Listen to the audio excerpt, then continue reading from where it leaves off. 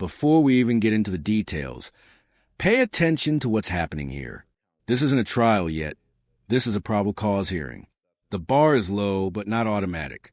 The judge isn't deciding guilt, only whether this case deserves to move forward.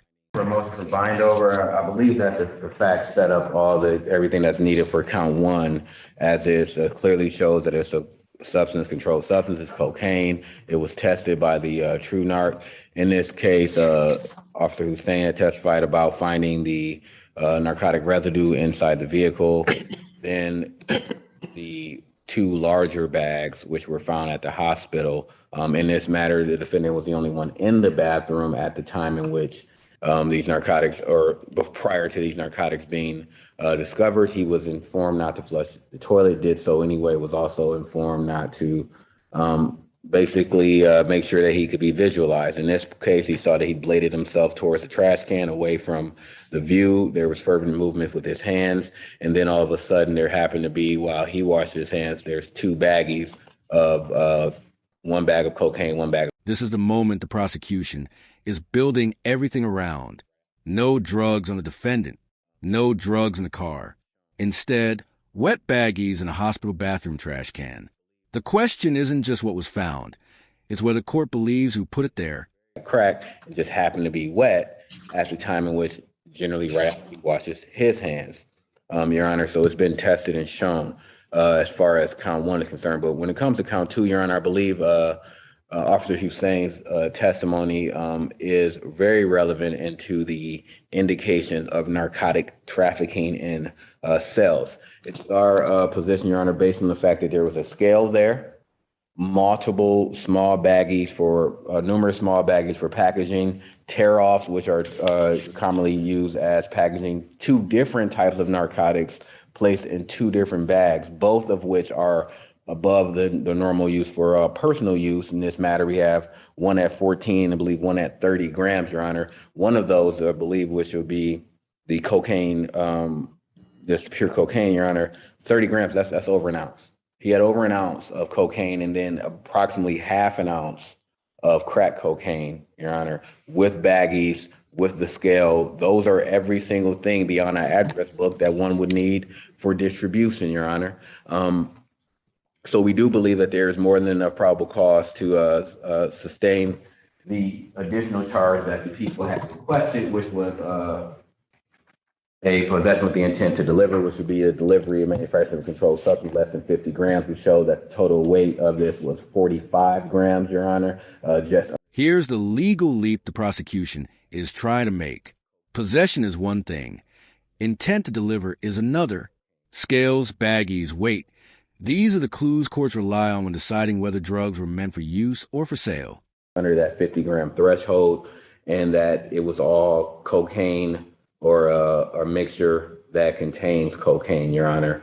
So for those reasons, and of course, we've already established venue, time, location, and identity.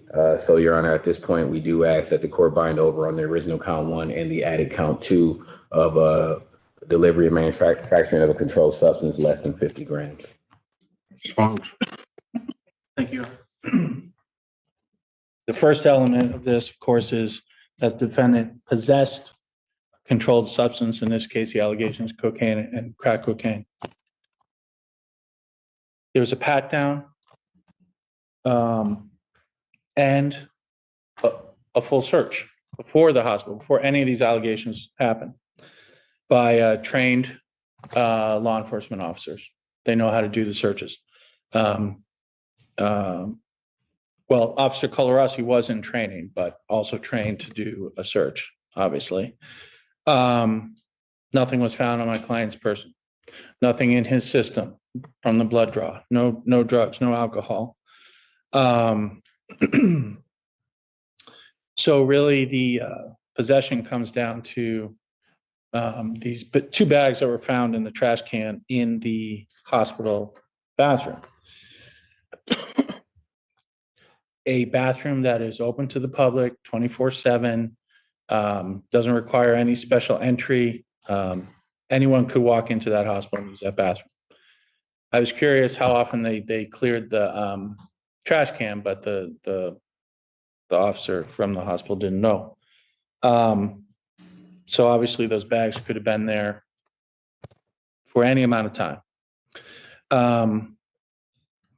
The officer from the hospital testified that my client had irregular hand movements, but at the end of the day, all he said was, well, he was drying his hands for an irregular amount of time or something to that effect. I mean, that's, I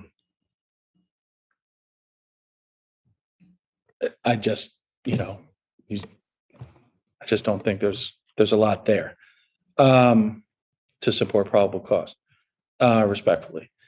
And no one saw my client put anything in the trash can. And of course, Your Honor knows there's two types of possession, right? Actual and constructive. This is where the defense gets technical and smart. In Michigan law, being near drugs is enough. The state has to prove control. That's why these cases matter. The defense isn't denying drugs existed. They're denying ownership. Presumably the people are arguing both, that he actually possessed these, but, that nothing was found on his person. Constructive possession is, of course, and then there's case law, I think Mr. Danner is aware of. There's a Sixth Circuit case interpreting Michigan law, and then there's a Michigan Supreme Court case.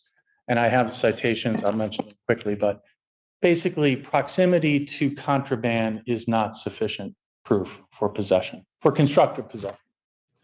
There has to be something else connecting a defendant to the contraband, whether it's a weapon or a controlled substance. And I won't go through a lot, but I would just like to, for the record, say that I'm referring to a Sixth Circuit case, Parker v. Renico, 506 F3rd 444, interpreting Michigan law, decided October 17, 2007. And that case cites many cases, including a Michigan Supreme Court case, People v. Wolf, WLFE 440 Mich 508, decided in August 31st, 1992. Very briefly, what the Sixth Circuit says is, as with the federal rule, a person has constructive possession if there's proximity to the contraband, together with indicia of control. In other words, proximity alone never suffices. Cites the Michigan Supreme Court case. And the ultimate question, according to the Michigan Supreme Court, is whether the evidence establishes a sufficient connection between the defendant and the contraband to support the inference that the defendant exercised dominion and control over the substance. That's beyond the mere proximity. So I respectfully assert that there is not probable cause on that first element for actual or constructive possession. The second element, defendant knew that he possessed a controlled substance. That would have to be inferred. There's no evidence of that. There's no statements or admissions. So that would have to be inferred from the first element. And, well, there is testimony of the weight. So that's the third element. So for all those reasons, well, I'll leave it at that. Thank you. I really don't need rebuttal. The court would find that the people have sustained their burden of showing sufficient evidence that there's probable cause to believe that the defendant committed the offense of possession of a narcotic less than 25 grams. Also, given all of the testimony, in particular that by Officer Hussein, there is enough, this court believes that the defendant should also be bound to stand trial on the additional charge of possession with intent to deliver a controlled substance. And this is the key takeaway. The judge isn't saying the defendant is guilty. The judge is saying there's enough smoke to let a jury decide if there's fire. From here on out, this case gets much more serious. Less than 50 grams. And so the court would bind the defendant over to circuit court on both those counts. The court would also indicate that the issues that are raised by the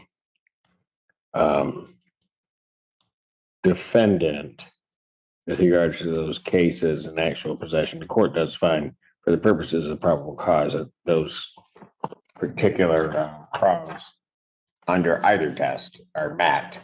To the extent there might be an argument as to what could be inferred or the intent, that this court would believe would become a question of fact that would properly be before the jury. But I think there's enough there to bind the defendant. Well, I know there's enough there to bind the defendant over. Defendant's bound over on counts 1 and 2.